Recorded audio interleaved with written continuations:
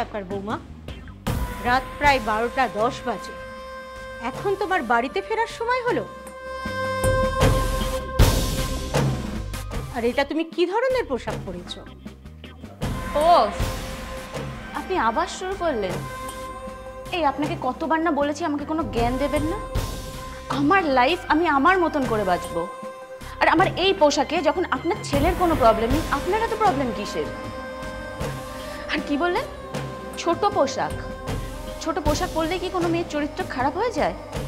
চরিত্র খারাপ হয় কিনা সেটা জানি না, তবে বাড়ির বউ এত রাত্রিবেলা এই ধরনের পোশাক পরে 12টা 10-এ বাড়িতে ফিরলে সেটাকে ভালো বলতে পারবো না।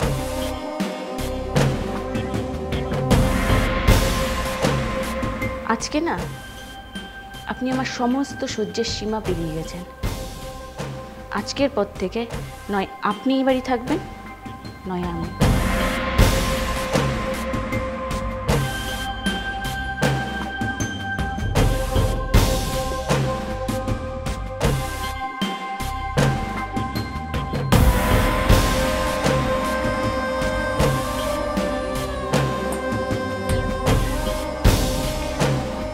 তোমার কফি। সকাল সকাল মুড এত গরম কেন? তোমার সাথে আমার কিছু কথা আছে। বলো। আমি তোমার মায়ের সাথে এই বাড়িতে থাকতে পারবো না। উনি আমার সব ব্যক্তিগত বিষয়ে নাক গলায়। আমি ছোট জামা কাপড় পরলে তাতে সমস্যা, আমি পার্টি করলে তাতে সমস্যা, ছেলে বন্ধুদের সাথে ফটো দিলে তাতেও সমস্যা। আমি এত সমস্যা নিয়ে থাকতে পারবো না। এখন তুমি ডিসাইড করো তুমি কার সাথে থাকবে, তোমার মায়ের সাথে থাকবে না আমার সাথে থাকবে।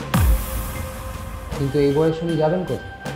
যেখানে খুশি, কোনো বৃদ্ধাশ্রমে দিয়ে এসো। Take your time. কালকের মধ্যে আমাকে ভেবে জানাও তুমি কি চাও। তুমি ওনার সাথে থাকতে চাও না আমার সাথে থাকতে চাও?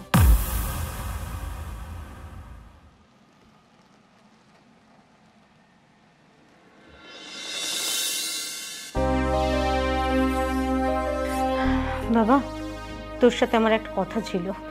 হ্যাঁ বলো। আমাকে একটা বৃদ্ধাশ্রমে রেখে আয়। কি বলছো মা? ঠিকই বলছি। দেখ বাবা, তোরা সারাটা দিন অফিসে থাকিস, আমি এই বাড়িটাতে একা থাকি, আমার কোনো কাজ থাকে না।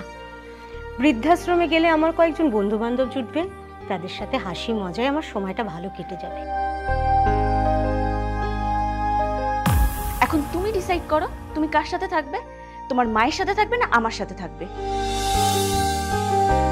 বেশ, কাল ছেড়ে আসবো। আচ্ছা।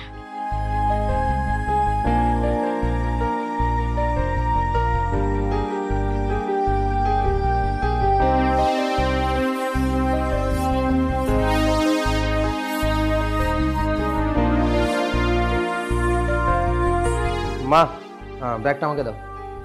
থাক, আমি পারবো। ঠিক আছে, আমি আর পূজা গাড়িতে ওয়েট করছি, তুমি এসো।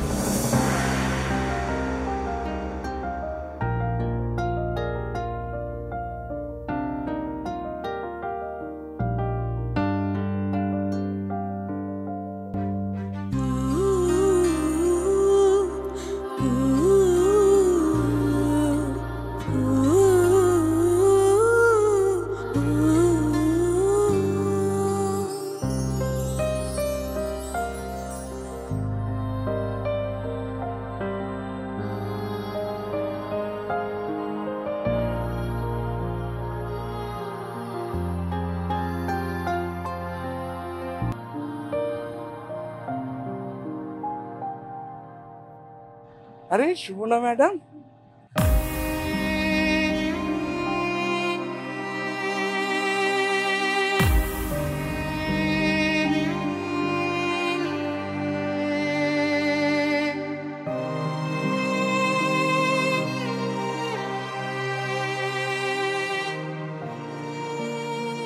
আরে বাবা, ভালো আছো তো? হ্যাঁ, কত বড় হয়ে গেছো। আপনি আমার মায়ের সাথে অমনভাবে কথা বলছিলেন দেখে মনে হলো আপনি আমার মাকে চেনেন। তোমার মাকে চিনি, আমি তোমাকেও চিনি। তোমার বাবা মা যেদিন তোমাকে দত্তক নিতে এসেছিলেন, সেদিন আইনের যে কাগজপত্রগুলো সেগুলো তো আমিই করেছিলাম। দত্তক? হ্যাঁ, অনেক ভালো থাকো, অনেক বড় হও, নিজে ভালো থাকো, মাকেও ভালো রেখো, কেমন? আসি।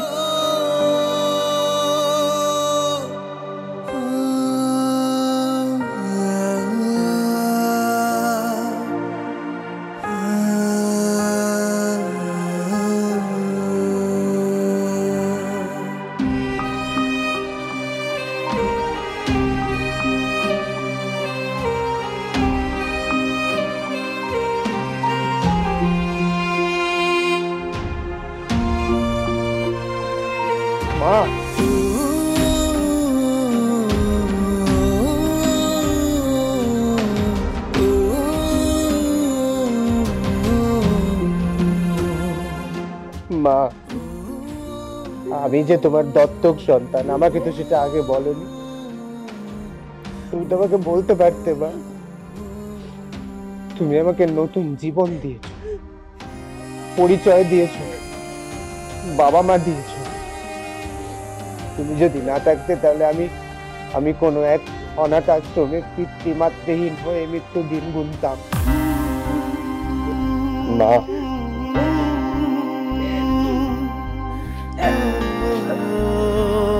তুমি আমার মাথায় ছাদ দিয়েছিলে মা,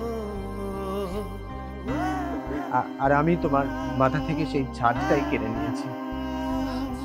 মা, আমাকে ক্ষমা করে দেবেন। আমি আপনার উপর অনেক অন্যায় করেছি, আপনার সাথে অনেক খারাপ ব্যবহার করেছি। আমার নিজের মা থাকলেও তো আমাকে শাসন করতে বলুন আপনার মতন করে। আপনি আমাদের উপর আর রাগ করে থাকবেন না, প্লিজ আমাদের সাথে ফিরে চলুন। হ্যাঁ মা, তুমি বাড়ি ফিরে চলো মা, তুমি এক্ষুনি বাড়ি ফিরে চলো। না, আমি এখানেই ভালো থাকবো। আমি আর তোমাদের সাথে ফিরবো না। তুমি যে তোমার অন্যায়টা বুঝতে পেরেছো, সেটাই আমার কাছে অনেক বড় পাওনা। বাবা, ভালো থাকিস বাবা। আমি চলি। মা, ও হ্যাঁ, আমার চশমাটা।